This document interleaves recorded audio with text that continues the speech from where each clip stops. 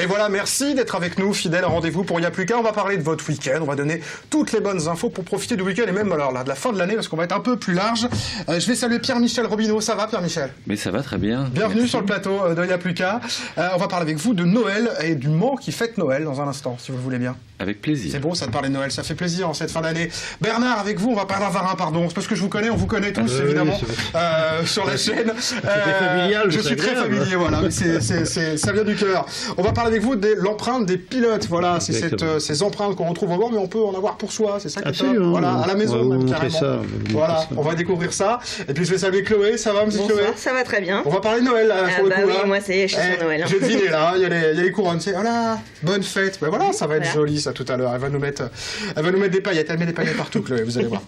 Allez, on va commencer avec vous, Pierre-Michel. On va parler de Le Mans Fête Noël, parce que, ouais, Le Mans Fête Noël, là, on peut le dire, quoi, clairement.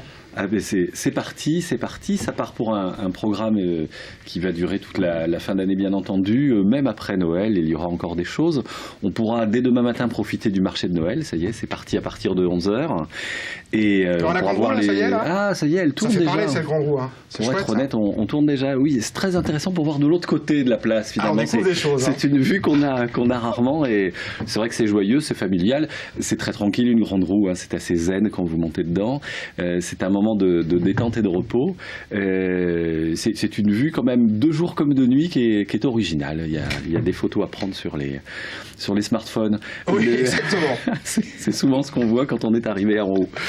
Et donc il y aura, je disais, le marché de Noël, il y a les vitrines qui plaisent toujours aux enfants. On aura des spectacles à partir du 8. Donc plus de 80 rendez-vous, vous me disiez, sur la fin de l'année, c'est incroyable ça. Voilà, entre des choses totalement différentes. Le 14, il y a une première, le samedi 14, à partir de 17h, des illuminations au port du Mans. Il va y avoir une fête du port. C'est la première fois qu'on se lance là-dessus, excusez-moi. C'est vrai que le port du Mans, tout le monde ne le connaît pas. Hein. C'est bien de le mettre en avant. C'est vrai. On avait parlé des balades qu'on peut faire. Pour ce moment, il fait un peu frisquet, mais des petits bateaux qu'on peut louer, etc., en partant du port. C'est vrai que, voilà. Et bien justement, les propriétaires de bateaux vous proposeront des choses, des surprises ce jour-là, au-delà des illuminations. Et puis, donc, on parlait des spectacles dans les quartiers, puisqu'on a 31 représentations dans 18 quartiers différents. Donc, la fête, elle est pour tout le monde, elle est partout dans la ville. J'aime bien parler du jeune public, moi, dans Il n'y a plus qu'à. Voilà, on a d'ailleurs une jeune chroniqueuse qui va aller se balader dans les animations de Noël du Mans et qui nous en parlera vendredi prochain. Elle nous fera une petite balade guidée pour découvrir un peu plus ça sur le terrain. Qu'est-ce que vont pouvoir découvrir les enfants dans les quartiers? Parce que beaucoup des spectacles, bien sûr, leur sont adressés. C'est familial, mais ils leur sont adressés. Oui, c'est vrai. Vous avez bien raison de noter que c'est à la fois un festival de spectacles pour enfants qui ne dit pas toujours son nom, mais c'est cela.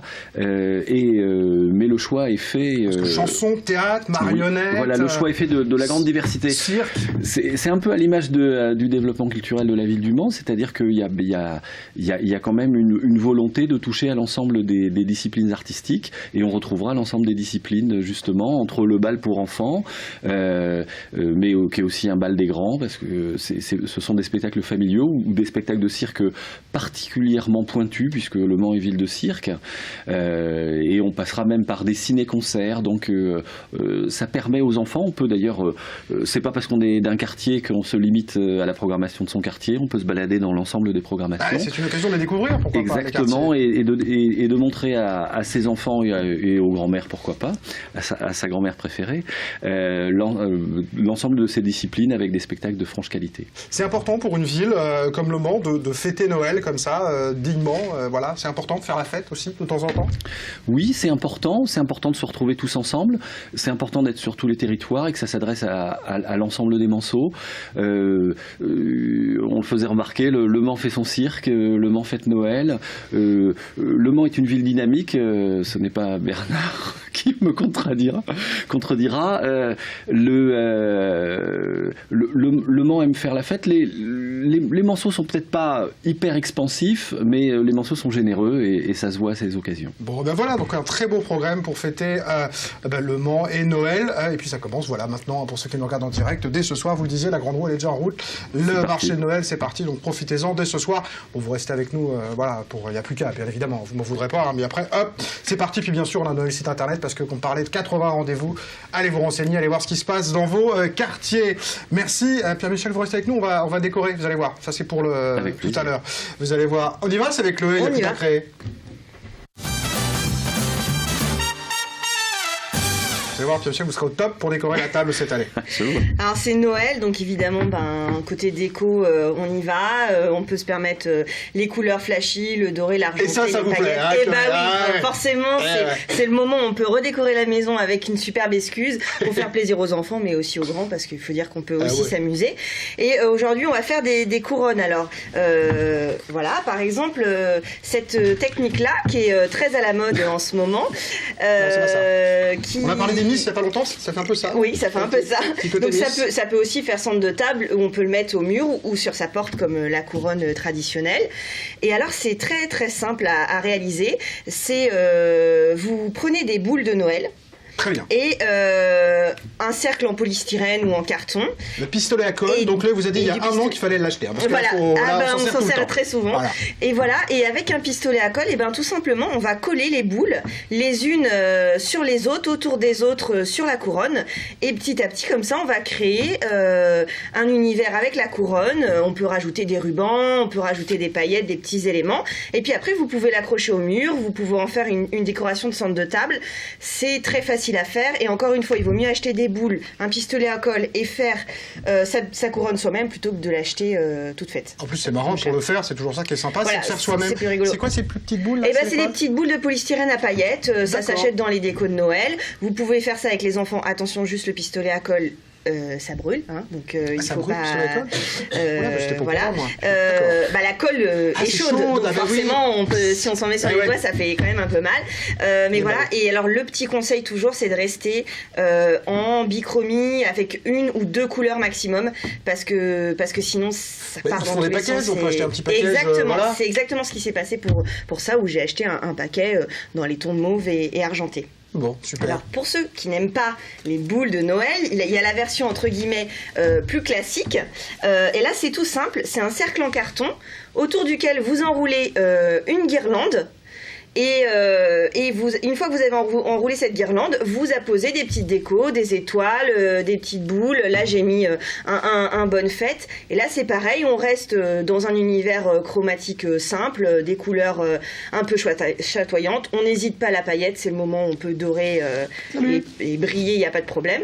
Et voilà, et ça, c'est très joli sur une porte d'entrée. Il faut combien de temps pour faire ça en un quart d'heure, c'est fait. Vous avez votre cercle en carton, vous enroulez la guirlande, vous accrochez les petites déco et voilà, et vous l'accrochez sur votre porte et vous êtes prêt à recevoir la famille, les amis pour fêter les fêtes de fin d'année. Le do it yourself par Chloé Bergerin, ça vous plaît ou pas? Beaucoup, je trouve que c'est très élégant et j'ai même l'impression que je serais capable de le faire, c'est vous dire. Exactement, c'est très facile à faire, il n'y a pas de problème. Je me dis pourtant je ne suis pas super manuel, mais avec Chloé c'est facile à faire. Mais exactement. Voilà. Merci ma chère Chloé de nous parler de Noël, c'est sympa, on parle de Noël toujours je crois parce que ça peut être un beau cadeau, hein. Ça je pense que ça peut être très très sympa, c'est les empreintes des pilotes, on y va.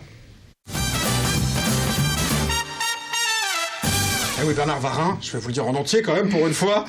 Oui, Bernard, vous avez l'idée, vous, en 1991, de rendre hommage aux pilotes dans la ville, pilotes des 24 heures, bien évidemment, dans la ville du Mans, en créant, c'est un peu le Hall of Fame des pilotes, en fait, hein, Los Angeles qui vient au Mans. Disons surtout, j'ai eu cette idée, effectivement, en 91, de prendre l'empreinte des pieds et des mains des pilotes, tout simplement parce que je me disais, Le Mans, on a une semaine extraordinaire, c'est la semaine des 24 heures, mais malheureusement, derrière, on n'en parle pas plus que ça. Et c'est pour ça que je trouvais que c'était intéressant de pouvoir mettre un passage intéressant dans le cœur de ville du Mans. Et là, on voit maintenant les gens se balader pour chercher tel ou tel pilote. L'idée, c'est que c'est les vainqueurs d'une édition donnée. Il y en a 40. Il y a 40 plaques à peu près qui sont installées dans le centre-ville du Mans. Vous avez, alors chaque année, on prend l'empreinte des 3 mains. C'est l'équivalent de ce que vous avez là. On prend l'empreinte des 3 mains, tout simplement, à l'arrivée de la course des 24 heures. Alors, ça me faisait penser à votre couronne tout à l'heure, parce que les pilotes, ils ont leur couronne. Oui, et on prend l'empreinte juste à l'arrivée, là, peut-être une demi-heure après l'arrivée. Et c'est un moment très très fort chaque fois, quoi. En participation, bien sûr, avec la CO. Alors, vous avez eu l'idée, du coup, il y a quelques années, de se dire que ça serait sympa qu'on puisse ramener un petit bout la maison en fait, soit un petit bout à la maison, soit un petit bout à côté des empreintes. Il y a eu les deux en fait. C'est pas tout à fait ça. Il y a la première chose, c'est effectivement, il y a les 3 ans maintenant, si vous voulez, je suis allé voir Monsieur le maire en lui demandant si on pouvait, on a une vingtaine de prises d'empreintes de pilotes que l'on a en stock, qui sont simplement en plâtre. Donc ces empreintes, il faut bien les fabriquer. Mais les fabriquer, ça a un certain coût. Donc l'idée, c'était effectivement de vendre des pavés à mettre autour, où les gens mettent leur nom, leur prénom, leur signature et leur ville de naissance. Et avec ces pavés, on les colle autour des empreintes qui sont existantes. À côté de la légende. Voilà, ça, tout à fait. Alors ça, c'est ce que j'ai créé il y a 2 ans. Et puis là, j'ai eu une idée un petit peu nouvelle, je vais dire, d'apporter des produits beaucoup moins onéreux, parce que c'est vrai que le petit pavé qui reste à vie, c'est quand même intéressant, mais d'un autre côté, c'est quand même un certain prix. Donc, tout le monde ne peut pas se permettre c'est le prix de la passion. C'est pour ça que cette année, en fin de compte, j'ai sorti 3 nouveaux produits, dont 2 d'ailleurs sont fabriqués en Sarthe. Je le sors prudemment, prenez. Non, mais aucun problème. Dont effectivement 2 sont fabriqués en Sarthe. Donc ça, c'est un modèle réduit des plaques de bronze en 15-15, alors qui sont en bronze. C'est vraiment très lourd. Très beau. Moi, c'est un bel objet, quoi. Voilà, c'est vraiment un très beau cadeau, qui sont numérotés. Tout simplement, c'est qu'il y en a que 250 qui seront fabriqués. Donc et on retrouve les pilotes aussi, donc on choisit le pilote qu'on va avoir alors, sur la plaque. Non, pas du tout. Ça, c'est la plaque 2010, je crois. 2012. Voilà, 2012. on choisit l'année, quoi. Voilà. Alors donc là, il y en a effectivement, si vous voulez, 250 modèles qui seront faits. Il y a également la plaque 2009 et également la plaque 2010. D'accord. Voilà, tout simplement. C'est de la série limitée, alors, faut se passer. C'est complètement limité. Ça, c'est limité. Le site internet. C'est fabriqué en Sarthe, je l'insiste. C'est très important parce que je cherche toujours à fabriquer en Sarthe avec effectivement des entreprises sartoises. Ça, c'est mon ancien côté président de chambre de commerce. Mais il y a des choses qui restent, ça c'est normal. Et ce petit objet, alors là, c'est quoi celui-ci? Alors tout simplement, ça c'est ce qu'on appelle une signature. Tom Christensen, là, voilà. Alors c'est la signature, ce qu'on appelle, c'est-à-dire en fin de compte, si vous voulez, l'empreinte bien sûr des pilotes en haut à gauche. Vous avez le prénom, le nom de Tom Christensen, sa signature et sa ville de naissance. Donc ça, c'est un plexi qui est fait. Alors au niveau tarifaire, ça reste quand même très très abordable. Je ne sais pas si on peut parler de prix. Si, allons-y. On est très pratico-pratique dans Yapuka. Ça vaut 35 €. C'est quand même tout à fait raisonnable de se faire plaisir ou faire plaisir à ceux des passionnés. On choisit pilote là, du coup, voilà. Donc, on choisit pilote. Là, on a vu une image avec Henri Pescarolo. Absolument. Qu'on connaît bien évidemment aussi ici. Exactement. Et vous avez les hamacs. Donc là, effectivement, c'est un produit. C'est un simili bronze qui coûte moins cher, qui vaut effectivement 45 €. Elle est plus petite. Là, voilà, elle est plus petite, mais elle est vraiment très très belle également, avec un joli écrin. Voilà. Alors celle-ci est un peu plus chère puisqu'elle fait 195, mais tout ça vous pouvez les trouver dans les boutiques ACO, des boutiques ACO, c'est-à-dire au musée. Au Mans et à Paris. On le trouve également au syndicat d'initiative du Mans, également chez Dutray. Voilà, et puis pour plus d'infos, empreintesdespilotes.com, on met le site internet. Voilà, directement. Comme pour les cadeaux que c'est Noël, il y a dans un joli petit écran, hop, c'est tout prêt, il n'y a plus qu'à emballer. C'est superbe. On a un joli cadeau pour tous les passionnés, et il y en a de nombreux, évidemment, au Mans. Oui, Bernard? Je rappelle que tout ça, si vous voulez, l'objectif, c'est simplement dans un but de pouvoir fabriquer des nouvelles plaques. Oui, c'est ça, c'est pour pouvoir c'est un côté, ce fameux Hall of Fame. C'est vraiment une volonté de ma part de pouvoir fabriquer des nouvelles plaques avec justement la plaque de Tom Christensen, Pirot, Hara, enfin tous ces pilotes aujourd'hui qui ne sont pas dans la ville du Mans. La prochaine pause, c'est quand alors du coup là après la prochaine ça sera au mois de juin 2014. Voilà, et là donc ça sera les empreintes des pilotes qui ont gagné 2013. Voilà. Donc là il y a un mouvement important parce que Tom Christensen a fait une signature un petit peu particulière pour le décès effectivement de notre cher pilote. Bon, écoutez, merci en tout cas d'être venu nous présenter tout ça, ce Walk of Fame Manceau, et puis voilà, on peut aller se balader dans les rues si on ne l'a pas encore fait, pour aller découvrir toutes ces empreintes qui sont déjà là, puisqu'il y en a déjà un certain nombre. Merci Pierre-Michel, merci Bernard, merci Chloé, à très bientôt. Nous se retrouve pour la spéciale, en fin d'année, la dernière de l'année, spécial chroniqueur, vous allez voir, ça va encore déménager. Nous on se retrouve dans un instant, on va parler de musique, on va parler de tuba, on va parler du bocage sartois, on va parler de Radio Alpa et de Alpa on the Rocks, et puis on va bien manger, on va geeker avec Pierre Denis. À tout de suite.